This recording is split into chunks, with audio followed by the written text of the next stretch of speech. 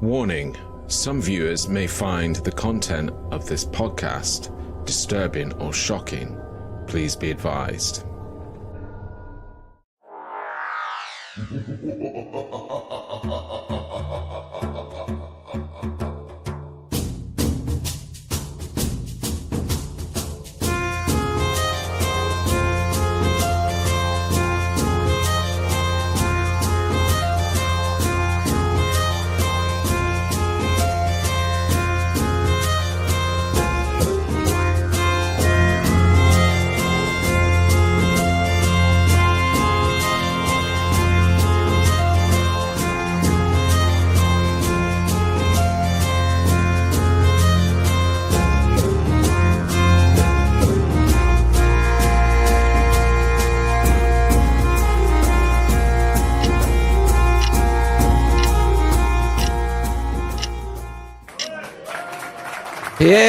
Yay! Good evening, everyone, and Happy New Year. I think this is, the first podcast of G-Star Vault Live of 2025. I was last with you just before the New Year's. So I hope the year has started well for you all. It's been a bit crazy around the world. It's been freezing cold here in the UK, and we've been having, in areas, lots of snow. And I know that there's been lots of snow in Ireland and lots of other stuff going on all around the world. It's gone a bit crazy with all the fires in LA. So anybody that it has been impacted, wherever you are around the world, our thoughts are with you and your families. But for everybody else, I hope you've had a really good start to 2025. Good evening to anybody that is with me and watching. I'm glad that you have come along. Obviously, I've called this evening's live stream Shocking Drone Conspiracy. However, we're going to be talking about a few things, and it's not actually so heavily about drones, but I just thought I had to come to you with this topic of discussion, which is pretty hot off the press, just because we have been talking about all the drone activity that's been going on in the US and other places around the world. Lots of chatter about it in the ufology circles and unexplained, and people that are interested, so because we've been talking about it, I couldn't avoid coming to you with this topic of conversation. And a big thank you goes out to one of our subscribers, Courtney, who actually shared a part of what we're going to be talking about this evening with me and sort of put me in the right direction. But there's, as I said, other stuff that we're going to be talking about this evening. So good evening. I think we've got, actually Courtney is with us. Evening, Courtney. And if you are with us and watching, please do say hello. On my last stream of 2024, I asked for some feedback from you guys, the viewers, about things like the start of the show. So I thought there was a lot of people that said that kicking off at 8 p.m. would be a lot easier. And so I listened, and here we are. So going to sort of trial how it goes, kicking off at 8 p.m. Evening, Wookie. I don't know if it cut it off at the beginning. I put a little bit of before the intro, I put a little bit of a warning, and that might seem overly dramatic, but there is just some content that I'm going to be sharing this evening that shows elements of sort of violence and where death is involved. So I just thought it would be best to give a bit of warning if you are in and around with family members watching. So you have been warned and been advised, but we've got, as I said, other things to talk about this evening, and some of it's not as heavy and quite light. So yes, who else have we got? It must have been cut off. So yeah, never mind. It was weird because I was noticing, I sort of started the live stream, and then when it came up on YouTube, it sort of came up halfway through the intro. But maybe there's just a bit of lag, and YouTube will eventually catch up. But as I said, let me just quickly play, if I can find it, let me just quickly play what it was that I'm talking about. I'll just cut off a minute, just quickly watch this. Warning, some viewers may find the content of this podcast disturbing or shocking. Please be advised. There you go. So that was in front of the intro. So I just want to make sure that everybody is advised. It's not extremely heavy what I've got to share. So as I said, I don't want it to seem overly dramatic, but yeah. So before we get into talking about what the points of discussion are for this evening's podcast, 007, I just want to share a couple of things, really. So, well, first of all, if you are here with us, please do give us a like. And, if you haven't subscribed and you're watching after the live, please do give us a subscribe. And it's always nice to show your care by sharing. So sharing is caring. And the other thing that I'm going to ask is a little bit of a favor. If there is anybody that's watching tonight, obviously you'll be commenting throughout the live show, hopefully, which would be great. But maybe just try and pop along back to the video tomorrow and leave a comment on your thoughts on the show. It always helps with the comments afterwards as well, because the live comments get lost in the ether. So it's always nice if somebody drops some comments on to the podcast after it's finished streaming. So that'd be awesome. Thank you very much. But I've got a little bit of news about the vault. So I'm here with you tonight, and I should be here with you next week and the week after. But unfortunately, I have a family meal next Sunday, so it's really unavoidable, but I can't be here. But if anything pressing comes up, what I might do is drop an impromptu live stream in on the Friday evening. Instead, but we'll see how it goes. We've got the guys from the Star Trek Review back as normal next Wednesday, and hopefully I'll be back joining them again. I had to step out this week due to not feeling too great, so hopefully I'll be back with them next Wednesday for the Star Trek Review show. And then some exciting news. At the end of the month, we have got the first Monty Zone of 2025 coming up. So that's going to be on Friday, the 31st of January. And that's going to be kicking off at 8 p.m. That's our usual time slot. So it's going to be great to be back with Monty and bringing the Monty Zone back. Got some new merch, G-Star Monty Zone, and on the back as well, we've got some Monty Zone and subscribe there.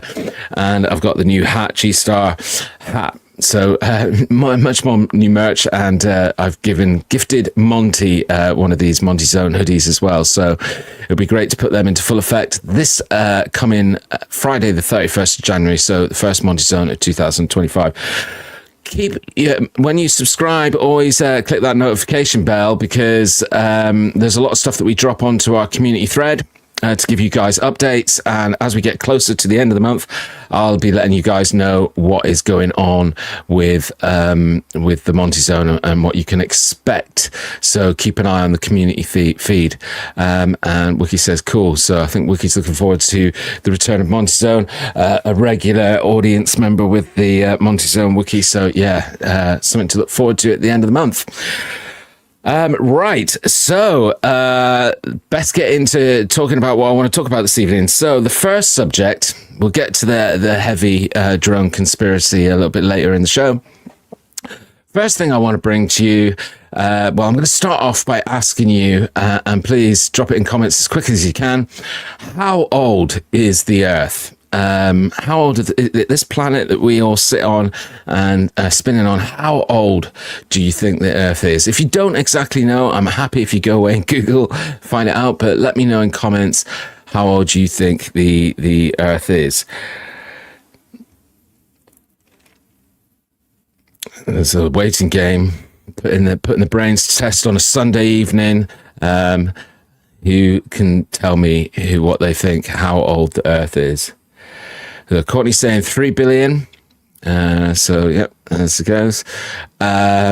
Close, but no prize, Courtney. It's slightly a little bit older than 3 billion, as according to science, current scientific thought. Well, the answer I'm going to tell you is it's roughly about 4.7 million years old. So encroaching, getting close to 5 billion years old. Now, here on the vault, as I said, I think I said it in the podcast, just the last one of 2025, we encourage all views on the channel, whether you're open-minded, whether you're skeptical, whether you believe, we respect everybody's point of view. And yeah, Wiki's saying 4.54. Some people reference it as that. Some it's slightly a little bit higher. Obviously, it's a lot of a long period of time, so there's not an exact science on it. But yeah, depending on which source you go to, it's around between 4.5 to 4.7. And as I said, getting close to 5 million old. Let's wait for that birthday. Yeah, 5 million years old. 5 billion. Sorry, not 5 million. So yeah, as I was saying, we accept all kind of difference of opinions, and we hopefully you guys are the audience, and certainly us here are respectful of everybody's opinions. But when it comes to ufology, right? Many people, certainly the skeptical, would simply ask the question, where's the science? Where's the science in ufology? Does science, or do scientists ever merge into ufology? Interesting question. Well, let me introduce you to a gentleman by the name of Gary Nolan. I have mentioned, well, I don't think I mentioned him by name when we were doing the podcast on the UAP hearings. I think I referenced him as a very renowned scientist. I was talking about something that he was talking about at the SALT Eye Connection Convention, which takes place in the US. And so I don't think at that time I mentioned him, but why am I talking about him now? Well, let me give you a little bit of background of who, if you haven't heard of Gary Nolan before, who he is. So he was born in 1961. He is British American. He's a immunologist. He's an academic. He's an inventor, and he's a business executive. He holds the Ranchford and Carlota A. Harris Professor Endowed Chair in the Department of Pathology at Stanford University School of Medicine. Nolan founded biotechnological companies and wrote numerous medical research papers. Since 2022, most of his public appearances have been related to his research into ufology and his belief that extraterrestrial intelligence has visited or resides on Earth. And so, going back a little bit, Gary Nolan, scientist, and one of the foremost, really, really well respected in the world of science, one of the top leading people on sort of immunologists and DNA. He's done a great deal of work around cancer and supporting the research for cures for cancer. So, as I said, in the world of science, greatly respected. But as I mentioned just then, a lot of his papers recently and a lot of the stuff that you'll see that's more current from him is actually all around his different views and feelings on ufology. Now, just to point out that this man has just not all of a sudden gone and hit like a midlife crisis or something and just gone, yeah, I'm just going to believe in everything. Give you an example of where he comes from a very credible scientific perspective. In 2012, Nolan began analysis of the Atacama skeleton. Now, I don't know if any of you have heard of the Atacama skeleton before. I've got a picture of it here to share. It actually first came on the scene in around about 2003, I think. So here it is. That's, some of you might remember this. I certainly do. And it sort of, hit the press in quite a big way back in 2003. But in 2012, Nolan was approached by some people, we'll talk about that in a minute, and asked to do an analysis of this skeleton, the corpse from Chile. This skeleton was found in Chile. And they suspected that it was of alien origin, of course, but which he later revealed through his studying of this skeleton. He revealed that it was a mummified human stillbirth with genetic bone defects and gene mutation causing deformity. So, yeah, and he used his all the study that he does and how he breaks down DNA and chromosomes and all that kind of stuff. And that's how he's able to work it out. Now, according to Nolan, he was approached by some people representing the government and an aerospace corporation to help them understand the medical harm that can come to some individuals related to supposed interactions with an anomalous craft. So, he's been approached by so many different people, again, for the skeleton, the Atacama skeleton. And also, he's been approached by members of government and people from aerospace about the effects of anomalous craft on human beings. So I guess that, if you've got people in... if you've got people in kind of go onto Wikipedia wiki, it's all on there. What I was just reading you there is off of Wikipedia, but it goes into more. There's a separate section on Wikipedia that goes into his analysis of the skeleton and how he came to those conclusions and sort of kind of debunked that it wasn't an alien. But yeah, so. He, as I said, he's really, really, really, really well respected. Now, there was something that I came across where I was thinking, hold on a minute, how can that be right? It was, again, something that popped up on a social media platform, and I was like, okay, let's research this. And they were mentioning the name Gary Nolan as like a bit of a strap line. Oh, before we started filming this, we were doing discussions with Gary Nolan. He said this. So I went away to do a bit of research to find out if Gary Nolan has released any papers, research papers on this particular subject that these people were referencing. And I'll come to it in a minute and put you out of your misery. I then went and researched, and I couldn't find any paper. But what I did find is that on Amazon, there's a documentary called, I say Amazon, it's through that channel Gaia. And there's a documentary on there called Among Us. And I think it's at 1 hour 18 into it, they're interviewing Gary Nolan, and he does say what this person on the social media platform was saying that he has said, but he hasn't released a paper on it. But it's still interesting because there's still quite a bit of science behind it. But, excuse me, sorry. Before we come to that, I just want to share where I found, because, let's put some context on who Gary Nolan is.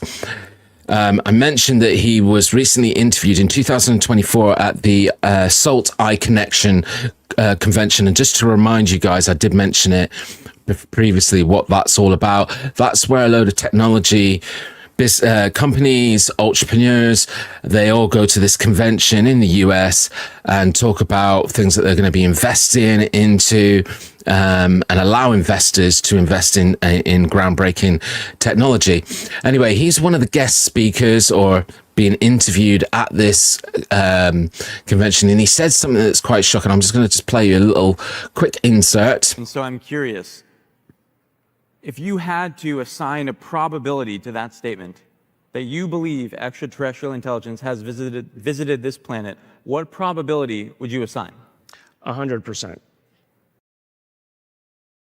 So you see that guy's reaction to the audience there at the convention, because, a scientist of Gary Nolan's standing, it's quite a big deal that he stood up there quite openly in front of a worldwide audience, because, it's not just the audience that sat there. It was obvious that this was going to get streamed and shared around the world. And there was something else that he said in that interview, on the similar track of questioning, that the guy that's interviewing sort of asked the question again, but frames it slightly different. Let me just play you that one. I'm curious, do you believe that extraterrestrial intelligence has visited planet Earth? I think you can go a step further. It hasn't just visited, it's been here a long time, and it's still here. And so, again, he's basically saying that his answer to the question, 100% probability that aliens have visited Earth or they're here. And interesting that he's basically, again, saying in that statement that you need to go deeper. It's not about whether they visited, but it's about how long they've been here and that they've maybe always been here. And it's leading into an interesting subject that I'm going to talk about. And what it was that I initially saw on the social media platform that was kind of giving or referencing Gary Nolan. And so to do this, I've just got to share my screen a moment.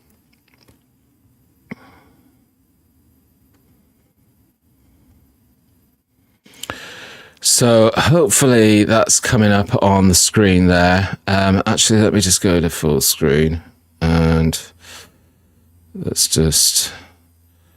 Why has that gone and done that for me? That's not right. Bring it back. Add to stage. There we go. That's better. And then let's get... No. Why is it doing that? Remove. Add to stage. Okay. It's annoying. I've got the backdrop in the place. But anyway, this document comes from MIT Technology Review. And it's all about Moore's Law. That's what I want to start talking about now. So... Moore's Law, let me change the screen. It's Moore's Law. Usually, Moore's Law is all about technology and data. So here's an interesting idea. Moore's Law states that the number of transistors on an integrated circuit doubles every 2 years or so. That has produced an exponential increase in the number of transistors on microchips and continues to do so. But if an observer today was to measure this rate of increase, it would be straightforward to extrapolate backwards and work out when the number of transistors on a microchip was 0. So in other words, the date when microchips were first developed in the 1960s. A similar process works with scientific publications. Between 1990 and 1960, they doubled in number every 15 years or so. Extrapolating this backwards gives the origin of scientific publication as 1710, about the time of Isaac Newton. So this Moore's Law can be used on lots of different things as a sort of mathematical scientific process. Today, Alexei Sharov at the National Institute of Aging in Baltimore and his mate Richard Gordon at the Gulf Specimen Marine Laboratory in Florida have taken a similar approach with Moore's Law to the complexity and life. These guys argue that it's possible to measure the complexity of life and the rate at which it has increased from prokaryotes to eukaryotes, which are parts of DNA, to more complex creatures such as worms, fish, and finally mammals. That produces a clear exponential increase identical to that behind Moore's Law, although in this case, the double in time is 376 million years rather than 2 years.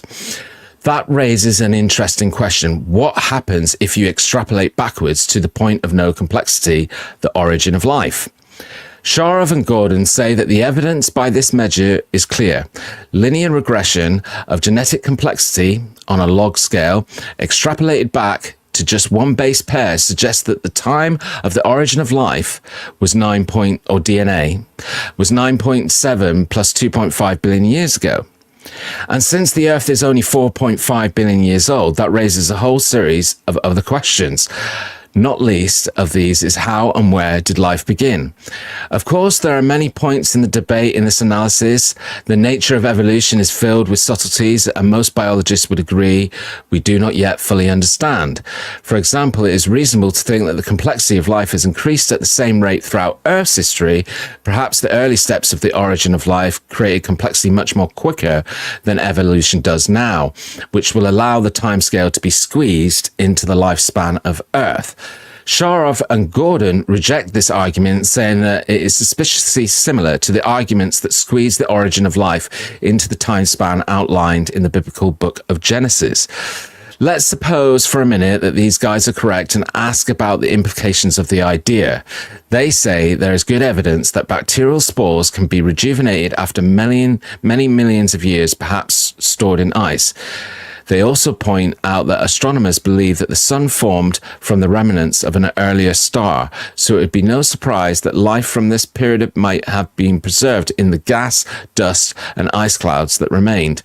By this way of thinking, life on Earth is a continuation of a process that began many billions of years earlier around a star's forerunner. So I'm not going to read the whole article, but I just thought it was really, really interesting because Gary Nolan is good friends with these scientists and has obviously, had a lot of discussions with them in a lot of his documentaries that he does on various platforms. There's things that you can go and watch on or do it like Netflix, Amazon, and lots of stuff on YouTube where, Gary Nolan shows shares his theories and scientific ideas that support the process that alien life or DNA is not as simple as what we think. And so, yeah, I just thought this is really, really interesting. I'm not saying that it means that we were seeded as a planet from another species of life that came from elsewhere. That is one option, but as they're pointing out in that paper, and lots of scientists coming at it from different angles, it could be that DNA was from somewhere else very, very, very long time ago, and that it was sat in some sort of iceous gas and then got eventually released as the galaxy was forming. Who knows? It's just, I thought it was really, really interesting because, again, you see these things on different platforms and you think, is there really any evidence behind that? Or are they just dropping somebody's name to make it seem, really, really credible when really it's not? What have we got in here in comments, Wookie? I thought you were going to say that the polar opposite about the skeleton. All right. Yeah, no, he debunked it. And again, that just really goes to show that he's not there for the sensationalism, the drama. In fact, everything that I've seen him on and witnessed on, he just comes at everything from a very knowledgeable, scientific point of view. And he's a really, really interesting fella. I used to say that, wouldn't that be amazing? I guess talking about if life was beyond the age of the planet. And yeah, I read about this in Panspermia. Oh, what's that? Let us know, Wookie. I've never heard of that before. It's really interesting. Cool. Please do share more, Wookie. So yeah, I just thought it was like super, super interesting. And offers a lot of, weight into some other thought perspectives of life elsewhere in the universe, or that our life came from elsewhere in the universe. I've always been dubious. There's a lot of people that agree with this thought that, apparently life was formed in this planet and reptiles and sea life started to form because two molecules or two pieces of chemicals mixed in a pool somewhere and just happened to have this extremely rare opportunity to do so. It was just the exact right for and again, even that, as I've always been sort of dubious as to, could that have happened? And could the explanation be that actually our DNA, our life came from elsewhere and it didn't originate here and dropped here, or was left here, or happened to come out of space down into here just through a natural process of like being caught, as I say, in a nebula or something like that? Lots of different possibilities, but extraterrestrial life is the seeding of Earth. So yeah, very similar as we see in they hone in a lot of it on the Alien franchise films, don't they? With the I can't remember what they call the big tall things that drive the spaceships. Gosh, I'm such a big Aliens fan. I should remember that, but I'm having a bit of a blank. But yeah, so that theory that this planet was possibly seeded elsewhere. Anyway, that was the first sort of I don't want to really call that a conspiracy, because again, I did call the title of the show New Conspiracies, and the engineers, thank you, Courtney, yes, the engineers, and that totally makes sense, right? Yeah, I just thought it was super, super interesting. And again, I'm starting to question, because we've talked about it, and there's definitely a podcast in the future I'm going to talk about it a lot more, but there's just so much content out there now which is designed to scare people, to have shock factor, to kind of but it's not coming from a source of truth. It's just content that people are making up to potentially push something else. So I'm starting, I started this journey on YouTube about 3 years ago, and I was tinily a bit skeptical then of a lot of content and a lot of things that I see out there, and I'm even more so now, which is really, really frustrating. So, but let me know in comments what you think. Do you think that that's possible? Do you think that those scientists, I can't remember what their names were now, Sharov, and somebody else, and obviously Gary Nolan assigns to it. And that's why I think he mentioned that comment at the SALT Eye Connection convention about, they've maybe been here always, and their being here is not something new. So really, really interesting. Evening, Mazza, good to see you. Thanks for popping along. Give the stream a like and a nice little thumbs up. That would be absolutely awesome.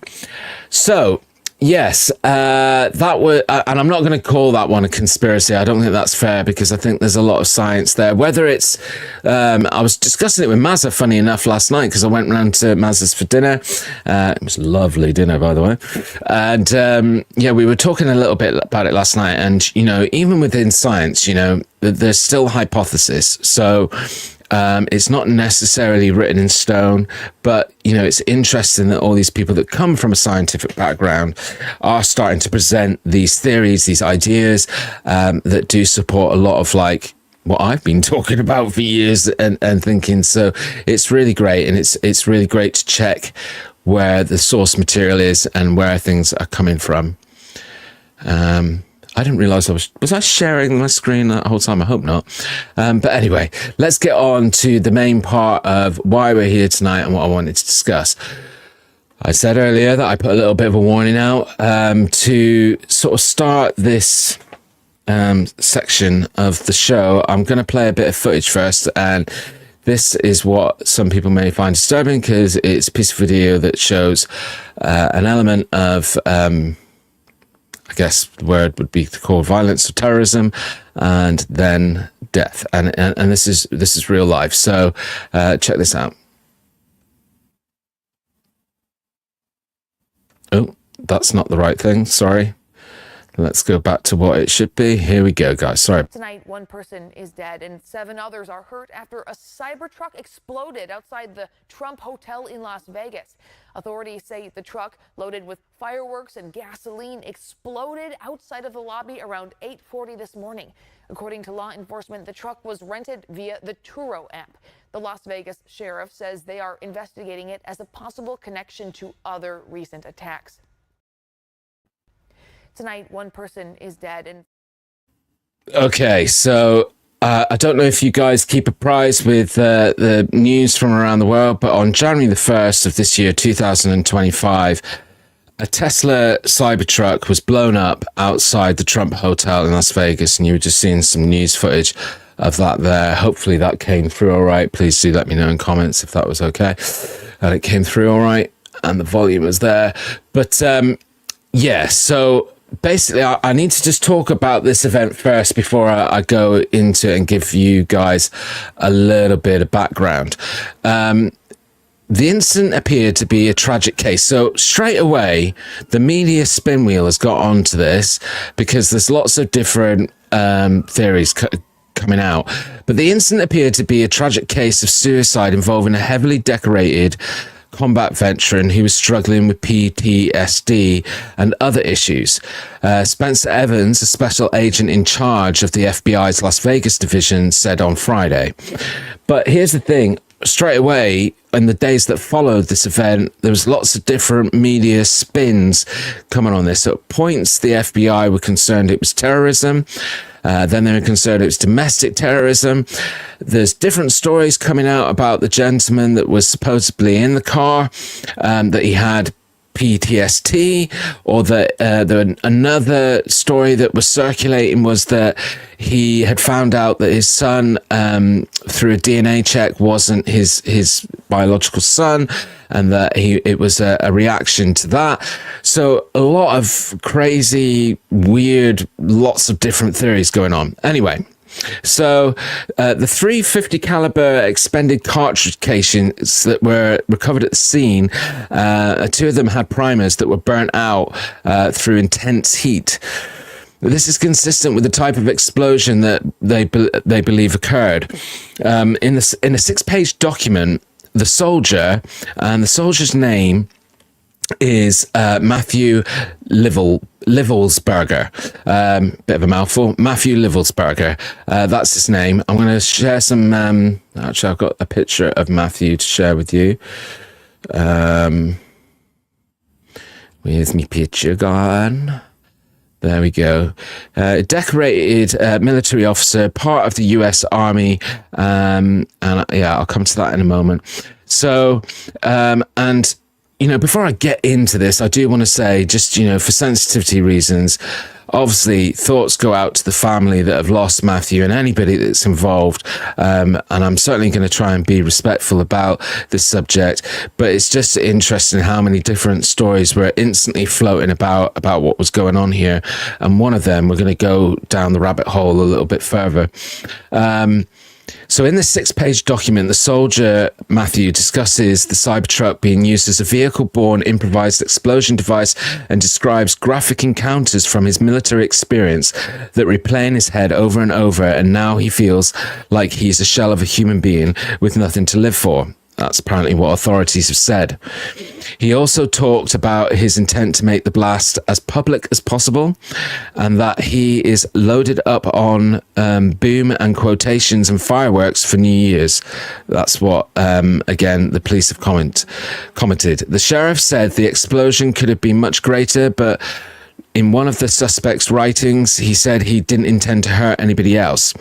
Initial findings from the investigation found at least 60 pounds of explosive material in the vehicle. Now, Matthew was a football star in high school in Idaho. He enlisted with the Army after high school through a program called 18 X-ray that allows applicants to train to be in the special forces without prior military experience. He served multiple tours in Afghanistan, and he started a charitable drive to bring toys to children there. In 2010, he helped resettle a former Afghan interpreter.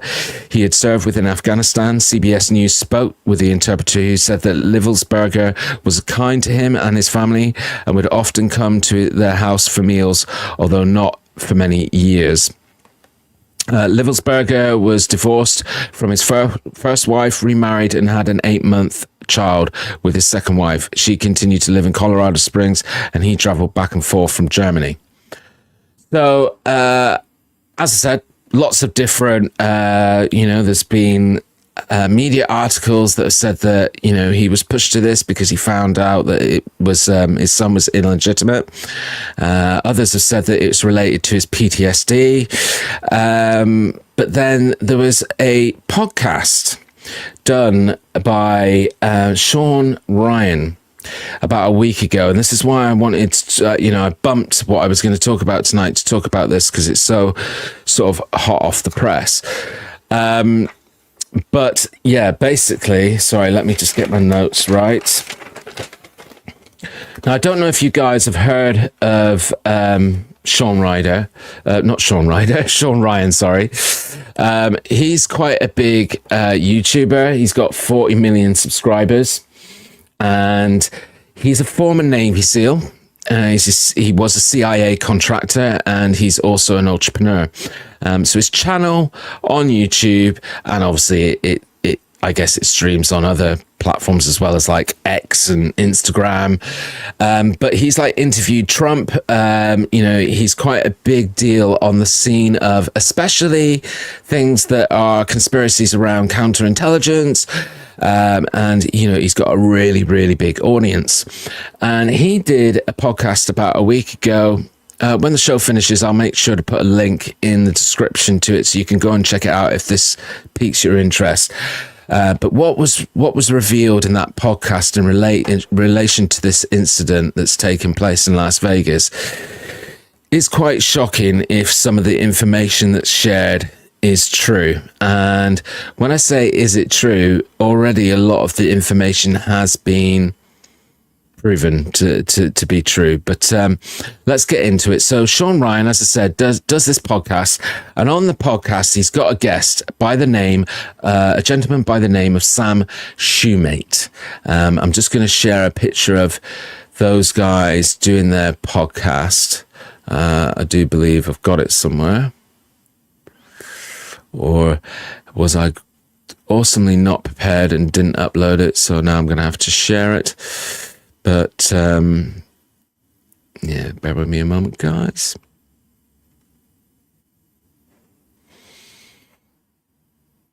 In fact, I think this is a StreamYard glitch because I definitely remember uploading these images to StreamYard.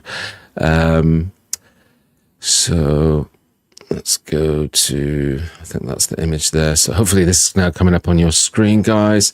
But this is them sat down in Shawn Ryan's studio doing the podcast. I've got a little bit of a better image of Sam's shoemate, and I'll give you a bit of background to Sam in just a moment. But let me get an image of him. It's just uploaded now. The cog is going around. There we go. So this is Sam's shoemate, and let's get a better image of Shawn Ryan.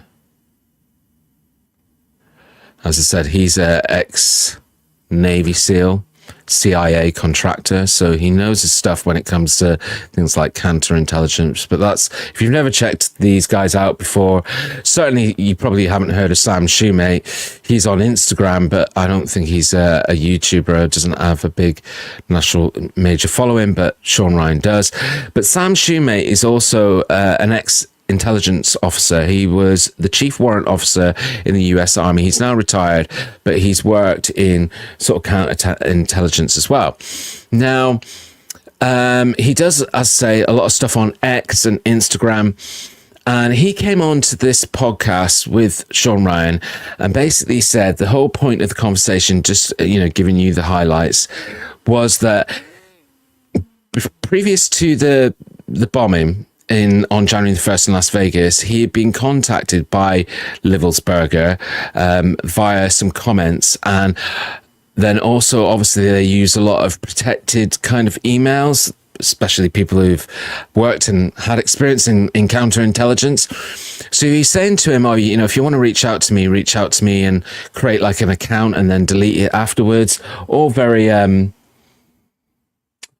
kind of, hush hush and cloak and dagger.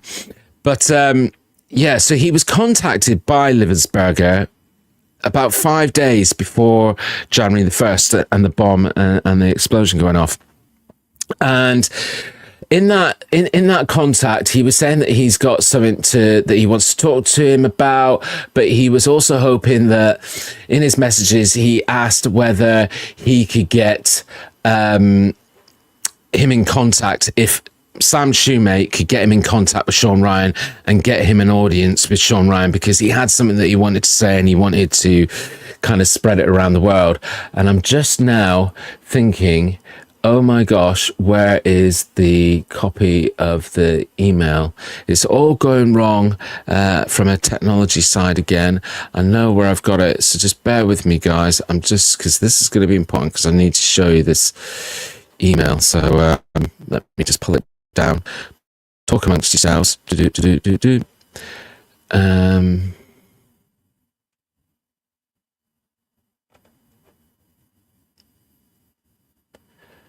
I love the way technology just doesn't seem to work when you want it to, but where's the... No.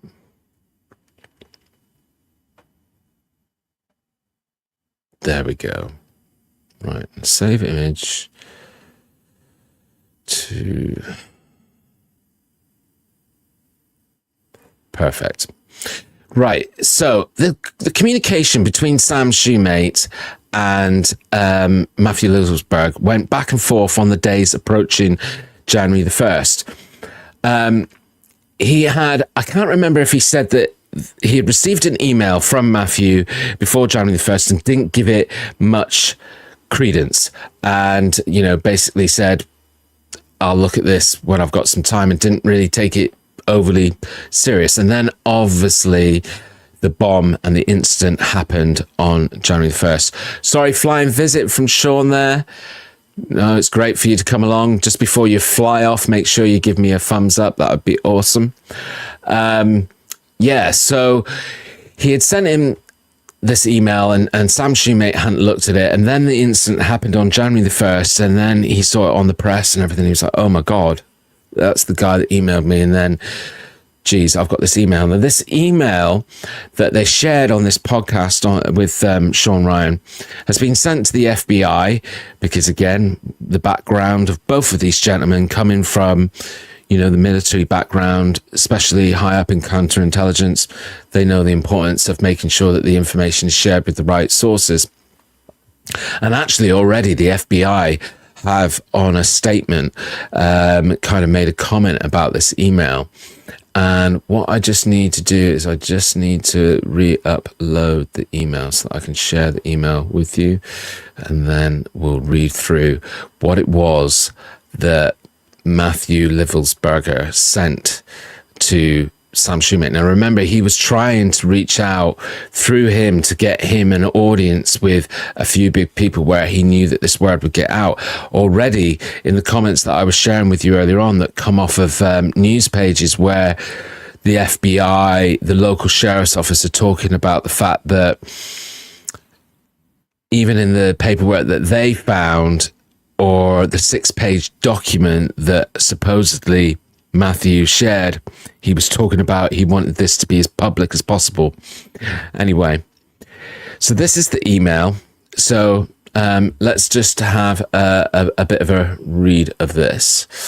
So in case I do not make it to my decision point or on the Mexico border, I am sending this now. Please do not release this until 1st of January and keep my identity private until then. First off, I am not under duress or hostile influence or control. My first car was a 2006 black Ford Mustang V6 for verification. What we have been seeing with these drones is the operational use of gravitic propulsion systems powered aircraft by most recently China in the East Coast, but throughout history the US. Only we and China have this capability. Our OPCEN location for this activity is in the box is below. China has been launching them from the Atlantic from submarines for years, but this activity recently has picked up. As for now, it is just a show of force, and they are using it similar to how they used the balloon for SIGMIT or ISR, which is obviously certain programs, which are also part of the integrated comm system. There are dozens of those balloons in the air at any given time. The so what is because of the speed and stealth of these unmanned aircraft. They are the most dangerous threat to national security that has ever existed. They basically have an unlimited payload capacity and can park it over the White House if they wanted. It's checkmate. USG needs to give the history of this, how we are employing it and weaponizing it. And what he means by that is the United States government needs to give the history of this, how we are employing it and weaponizing it, how China is employing them, and what the way forward is. China is poised to attack anywhere in the East Coast. It's been followed for over a week now from likely Homeland or FBI. No, I've been followed, for over a week now from likely Homeland and FBI, and they are looking to move on me and are unlikely to go in to let me cross into Mexico, but won't because they know I am armed and I have a massive VBID. Now, I just want to talk about VBID because that's vehicle bomb incendiary device or something, explosive device. Now, Sam Shoemate on the podcast with Shawn Ryan made a really particular comment that when he brought this email to the FBI, the contact that he was put into touch with at the FBI didn't even know what VBID stand for. And as a previous intelligence officer, Sam thought that was really, really below par, that they didn't even know what the abbreviation stand for. The FBI agent had to ask what it meant. I've been trying to maintain a very visible profile and have kept my phone, and they are definitely digitally tracking me. I have knowledge of this program and also war crimes that were covered up during airstrikes in Nimruz province, Afghanistan in 2019 by the admin, DOD, DEA and CIA. I conducted targeting for these strikes of over 125 buildings. 65 were struck because of Zivkas that killed hundreds of civilians in a single day. USFORA continued strikes after spotting civilians on initial ISR. It was supposed to take 6 minutes and scramble all aircraft in CENTCOM. The UN basically called these war crimes, but the administration made them disappear. I was part of that cover-up with US FORA and agent, and they've redacted names here because these people, Shawn Ryan and Sam Shumate, knew the names of these people and knew that they're still live current agents out there undercover, so they've redacted their names, but agent so-and-so of the DEA. So I don't know if my abduction attempt is related to either. I wanted, and when he says abduction attempt, he's not talking about aliens abduction there, he's talking about he's being pursued by the military and they're trying to capture him.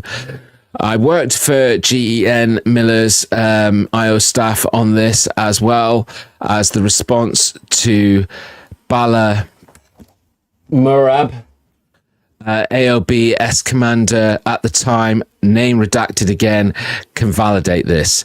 You need to elevate this to the media so we avoid a world war, because this is mutually assured destruction situation. For vetting my LinkedIn is Matt Berg or Matthew Livelsberger, an active duty I8Z out of 1 of 10. My profile is public. I have an active TSSCI with UAP, USAP access. So, yes, that is a hell of a lot of information there. Get your comments coming in on what you think of what some of the stuff that's been said here. Now, throughout, again, the podcast, one of the things that they go about, he mentions this incident that took place in 2019 and was buried by the DOD, DIA, but the UN were aware of it. It was an incident that we were targeting certain buildings, but it turned out that their intel was wrong and they ended up killing civilians, including women and children. Totally horrible incident. He's claiming in this email that the UN knew about it, but it's been buried by the administration. Because of the background and some of the knowledge of Shawn Ryan, he announced on his podcast while he was sharing this with the world that he's already gone and done some research and you can, and I think you can go and find that there is news about this incident in 2019, and there is news that the UN are trying to raise an investigation because they feel that this was a war crime and they want to investigate it. But there's, blockages being put up because, if you're a real conspiracy theorist around, especially military and government activity, that, they've got the power to put blockades up. But yes, so that part of the email has pretty much been sort of proven to be relevant and correct information that he's sharing there, and that within his role as a Green Beret, he would have been part, and he was posted in Afghanistan at the time that's going on, so it all makes sense. And what he's basically saying is, and this is where it really relates to what we've been talking about on the recent podcast, is that this activity that's been going on in the US, where it's been labeled as drones, is this technology that is gravitic propulsion systems powered aircraft. Now, again, that's another really, really interesting... So I'm just going to hide this one and come back to you. So that's another really, really interesting point in the email, because there's a lot of speculation that, scientists and back engineering involves anti-gravity systems, and they often get labeled and discussed as anti-gravity, but they very rarely get referenced. And even on the podcast, the two guys were sort of looking at each other and basically saying, have you ever heard of that word before, gravitic? And there's no reference of it anywhere, which is really, really interesting. But obviously they're assuming that it means that it's some sort of technology that relates to the control of gravity or potentially anti-gravity, but it's labeled as a gravitic. Sorry, I'm just going to move my email so I can keep seeing it and talk to you about it. But so again, Wookie. So as I said, I've gone through all the points in this email that have been verified. He's shared information of his own background. And what's really interesting, which is again equally scary, is that he's saying that he's being pursued and he's being followed, and he doesn't likely think that that he's going to make it, that they're going to allow him to get as far, and he doesn't feel confident that he's going to get across the border. Now, here's another really interesting fact. I guess it is a fact that's come out of the incident with the bombing in Vegas, is that they've not really fully identified or shared evidence that it is Matthew Livelsberger in the car. The body was burnt so badly because of the intensity of heat that to make an identification has been really, really challenging. So there's already other conspiracies. They didn't talk about this, I don't believe, on the podcast, but there's other conspiracies now ripping about that maybe he wasn't even in the vehicle. That it was all his way to sort of get away. Or then off the back of this email where he's talking about being pursued by the FBI, and also I think it was, who else did he say he was being pursued by? I think the DEA. But, maybe they caught up with him and the bomb wasn't even of his design, because he does say, and he does start at the beginning of the email, in case I do not make it to my decision point or to the Mexico border. So, and then maybe all the stuff that's come after the supposed, suicide note or has been manufactured. What have we got in comments here? Oh, we've got DI joining us again, who I believe is from the US. Good evening. I read the patent for that beam. If it is real, it's highly versatile in its performance weaponry capabilities. On target and a target. So what are you suggesting there, that maybe it wasn't even an internal bomb in the vehicle, that it was taken out by some sort of aerial device? Is that what you're implying there? I think I've got it on the money there, if that comment came after it, yes.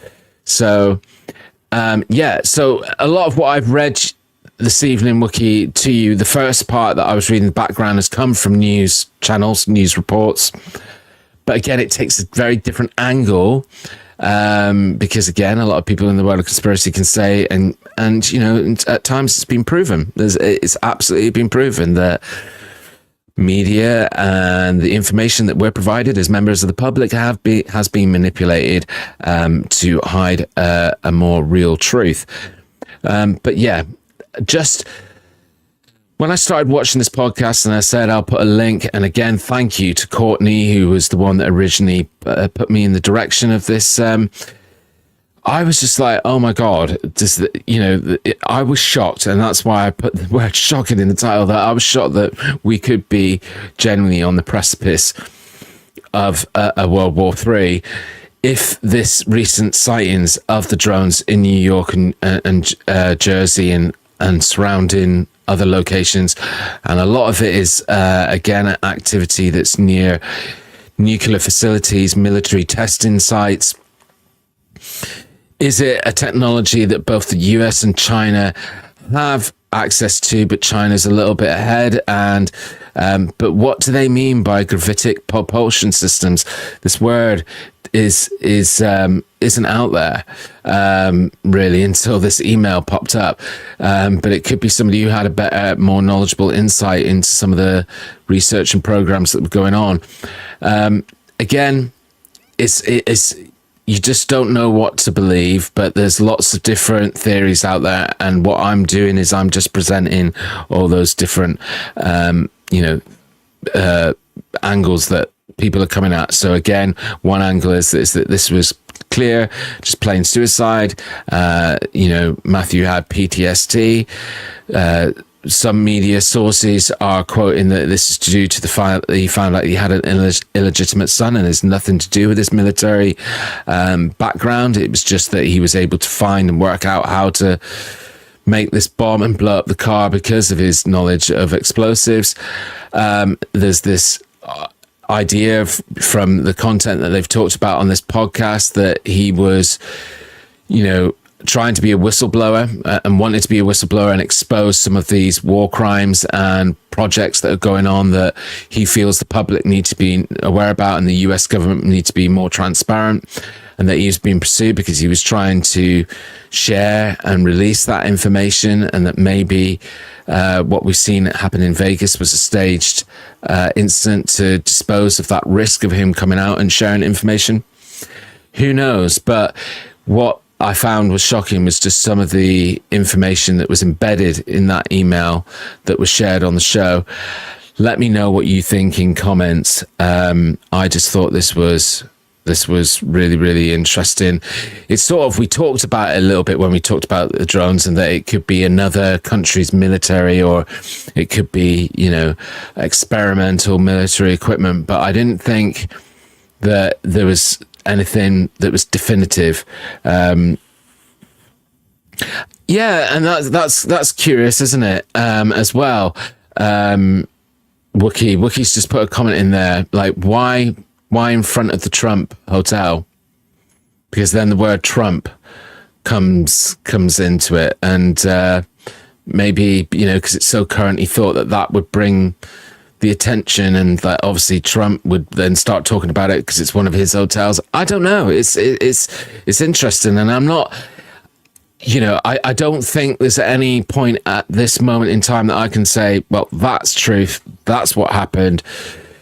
All I can do is share with you some of the different variety of evidence that's out there. But already in this email that Matthew Livensberger sent to Sam Shoemate, a retired intelligence officer, somebody who openly talks about on social platforms like Instagram, posts information about military projects, conspiracies, all of that sort of thing. He tried to reach out to him. He tried to get a bigger audience.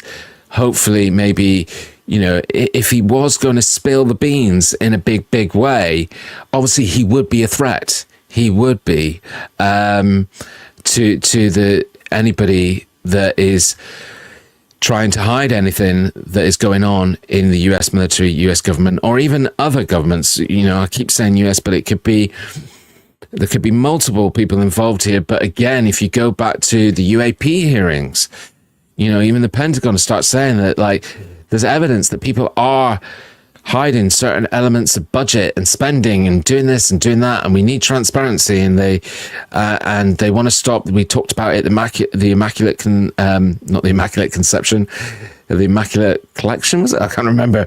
I've forgotten. No, Constellation. That's it. Immaculate Constellation. So who knows? But as I said, give me about 15 minutes after this stream goes down. I'll make sure that the link is in there to the podcast. It lasts about sort of 30 minutes or so, but it's really worth the watch. And just, these are military guys, so just how they talk about it is just very, very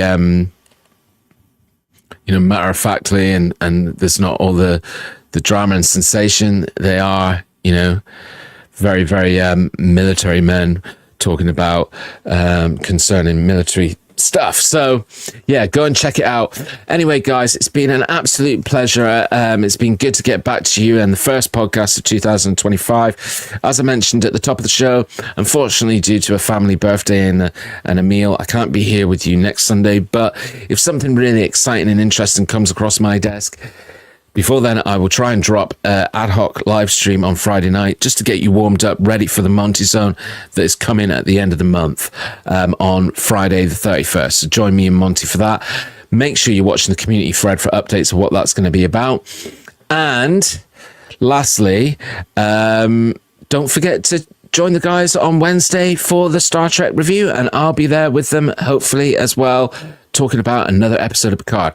So enjoy the remainder of your weekend, guys. Thank you for joining, and I'll see you next time here on G-Star Vault.